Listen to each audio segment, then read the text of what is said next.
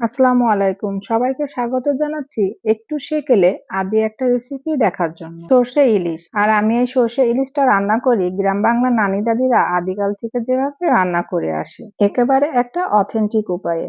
কারণ এই সর্ষে ইলিশটায় আদিকাল থেকে যেভাবে চলে আসছে সেভাবেই আসল টেস্টটা এর পাওয়া যায়। সর্ষে ইলিশ রান্না করার জন্য আমি এখানে 3 চামচ পরিমাণ সাদা ফ্রেশ সর্ষে নিয়ে নিয়েছি। তার সাথে দিয়ে দিয়েছি 1 চামচ কালো সরিষা। সরিষার মেজারমেন্টটা ঠিক না হলে সরিষা ইলিশ তিতা লাগে, খেতে ভালো লাগবে না। আর সরিষাটা বেশ কিছুক্ষণ সময় নিয়ে ভালোভাবে ধুয়ে কিছু সময়ের জন্য ভিজিয়ে রাখতে হবে, তাহলে সরিষাটা তিতা হবে না। আর সরিষার টেস্টটা যদি ভালো না হয় তাহলে আসল সরিষা ইলিশের স্বাদটা পাওয়া যাবে না। আমি সরিষাটা আধা ঘন্টার জন্য ভিজিয়ে রেখেছিলাম। তার মধ্যে দিয়ে দিয়েছি 3টা কাঁচামরিচ আর লবণ দিয়ে এটা আমি পেস্ট করে নিয়েছি। আর সরিষাটার মধ্যে অবশ্যই পানি মিক্স করে তরকারিতে দেওয়া লাগবে, না হলে সরিষাটা পুড়ে তিতা হয়ে যাবে। আমি এখানে পানি দিয়ে সরিষাটা আগে রেডি করে নিয়েছি। সরিষা ইলিশটা রান্না করতে আমি এখানে সরিষার তেলটাই ব্যবহার করব। আমি একটা ফ্রাই প্যানে 1/3 কাপ সরিষার তেল দিয়ে দিয়েছি।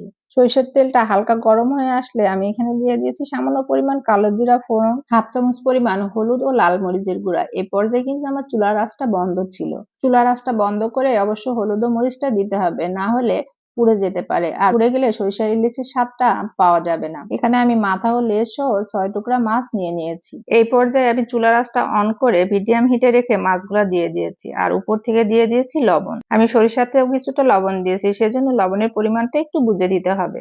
আমি মাছটা এপাশ ওপাশ উল্টিয়ে কিছু সময়ের জন্য রান্না করে নিব। আর সরিষা ইলিশ রান্নাতে প্রথমে সরিষাটা দেওয়া যাবে না, দিলে সরিষাটা তিতা হয়ে যেতে পারে, সরিষা ইলিশের স্বাদটাই নষ্ট হয়ে যাবে। আমি এখানে সামান্য পরিমাণ পানি দিয়ে ঢাকনা দিয়ে ঢেকে কিছু সময়ের জন্য রান্না করে নিব। মাছটা আমার 50% সিদ্ধ হয়ে গেছে। সরিষা ইলিশ রান্নাতে আমি কোনো এক্সট্রা পেঁয়াজ রসুন বা অন্য কোনো মশলা অ্যাড করব না, তাহলে সরিষা ইলিশের স্বাদটা ভালো লাগবে না। আমাদের নানি দাদিরাও ঠিক এভাবেই সরিষা ইলিশটা রান্না করতো। এই পর্যায়ে আমার মাছটা 50% সিদ্ধ হয়ে গেছে। এখন আমি সরিষাটা অ্যাড করে দিব, দিয়ে এপাশ ওপাশ উল্টে কিছু সময়ের জন্য মিডিয়াম হিটে রেখে রান্না করে নিব। চুলার আঁচটা একেবারে মিডিয়ামে দিয়ে রান্না করতে হবে, না হলে সরিষাটা পুড়ে তিতা হয়ে যাবে, আসল সরিষা ইলিশের স্বাদটা একেবারে নষ্ট হয়ে যাবে। উপর থেকে আমি কয়েকটা কাঁচামরিচ দিয়ে কিছু সময়ের জন্য রান্না করে নিব। এই পর্যায়ে কিন্তু ঢাকনা দিয়ে মাছটা ঢাকা যাবে না। ইলিশের এই সিজনে আপনারা অবশ্যই নানি দাদিদের হাতের এই সরিষা ইলিশের রেসিপিটা ট্রাই করে দেখবেন, তাহলে আসল সরিষা ইলিশের স্বাদটা পাবেন। আর সরিষা ইলিশের গ্রেভিটা একটু ঘনই থাকে। আমি এই পর্যায়ে উপর থেকে কিছুটা সরিষার তেল দিয়ে ঢাকনা দিয়ে ঢেকে রেখেছি। আমি কিন্তু চুলাটা বন্ধ করে দিয়েছি। আমার নানি সরিষা ইলিশটা ঠিক এভাবে রান্না করতো।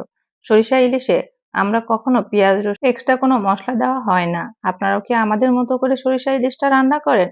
আর কে কোথা থেকে আমার ভিডিওটি দেখছেন অবশ্যই কমেন্ট করে জানাবেন কিন্তু। আপনাদের অঞ্চলে সরিষা ইলিশটা কিভাবে রান্না করা হয়? আমার রেসিপিটি যদি ভালো লেগে থাকে তাহলে সবাই লাইক কমেন্ট ও শেয়ার করে পাশে থাকবেন। আল্লাহ হাফেজ, দেখা হবে আবার নতুন কোনো আয়োজনে। সবাই ভালো থাকবেন সেই পর্যন্ত।